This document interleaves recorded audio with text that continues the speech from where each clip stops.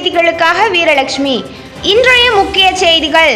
வாரிசு அரசியல் எனும் நோயை முற்றிலும் வேறறுக்க வேண்டும் என்று தேசிய இளைஞர் நாடாளுமன்ற நிகழ்ச்சியில் பிரதமர் மோடி தெரிவித்துள்ளார்.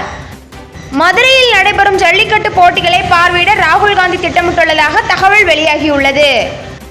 மத்திய அரசு கொண்டு வந்த 3 வேளாண் சட்டங்களை அமல்படுத்த இடைக்கால தடை விதித்து சுப்ரீம் கோர்ட் உத்தரவிட்டுள்ளது. ரஷ்யாவில் கடந்த 24 மணி நேரத்தில் புதிதாக 22,934 பேருக்கு கொரோனா பாதிப்பு உறுதி. வேளாண் சட்டங்களுக்கு ஆதரவானவர்களே சுப்ரீம் கோர்ட் அமைத்துள்ள குழுவில் இடம்பெற்றுள்ளனர்.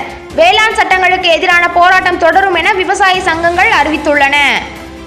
கொரோனா தடுப்பூசியின் விலை இந்தியாவில் ரூபாய் 200 முதல் ரூபாய் 295 வரை இருக்கும் என மத்திய சுகாதாரத்துறை செயலாளர் ராஜேஷ் பூஷன் தெரிவித்துள்ளார். நீதிமன்ற கமிட்டிக்கு செல்ல விருப்பமில்லாத விவசாயிகள் போராட போகலாம் என சுப்ரீம் கோர்ட் தெரிவித்துள்ளது.